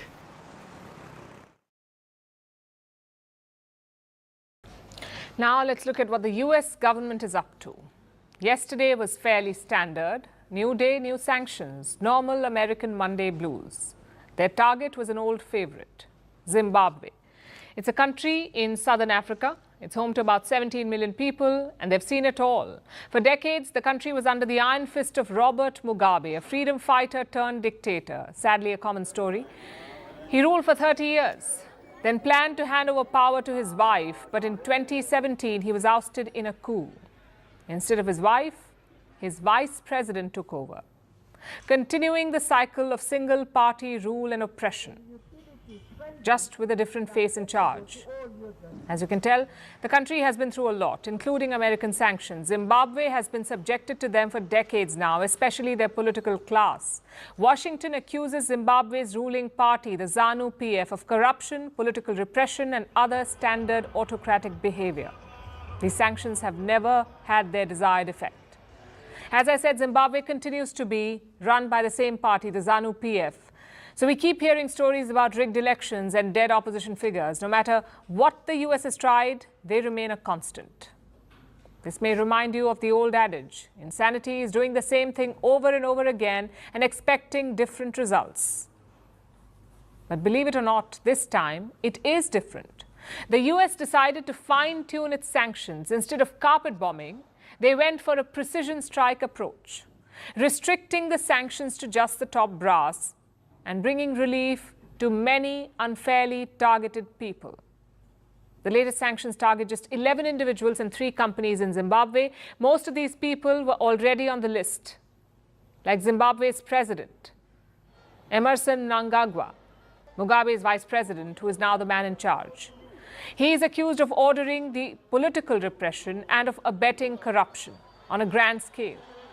Look at the US Treasury Department's accusations. They say the president provides protection to gold and diamond smugglers. He is accused of taking bribes to allow them to smuggle precious minerals out of the country and sell them in quote-unquote illicit markets.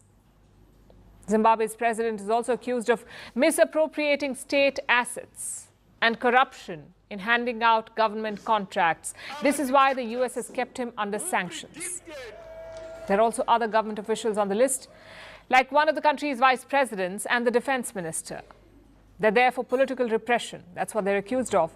The new inductees include the First Lady of Zimbabwe, Auxilia Mnangagwa. She's accused of facilitating her husband's corruption. Then there are some shady businessmen and their companies and some police officials, so standard stuff there. But again, this list is very precise. Like I said, just 11 people and 3 firms. The US has actually removed more sanctions than it has imposed, removed them from dozens of companies and individuals in Zimbabwe, bringing relief to hundreds of people in the country. The Deputy Secretary of the US Treasury, Wally Adeyemo, has said this, and I'm quoting, "The changes we are making today are intended to make clear what has always been true. Our sanctions are not intended to target the people of Zimbabwe." That is why this no longer seems like insanity. The approach, like we said, has changed. American sanctions no longer threaten ordinary people, and Zimbabwe's government is calling this a victory. Even though their president is under sanctions, they say this is a vindication of his foreign policy. Talk about turning a defeat into a celebration, though they're still upset. One government spokesperson said this, that as long as the first family is under sanctions, all of Zimbabwe remains under sanctions, which is not true, though. The president and his wife will still feel the pinch, but many ordinary citizens will get relief. They no longer have to pay for the crimes of their political overlords. They never should have had to. It was always a mistake, but at least that has been rectified now. So hopefully America will stick by this new, less insane approach.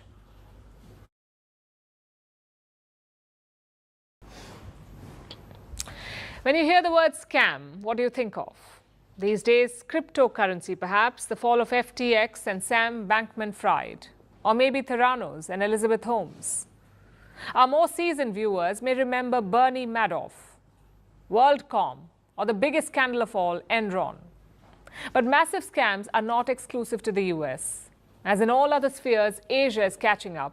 Today, a trial began in Vietnam in a $12.5 billion scam, a real estate scam involving a woman called Truong My Lan.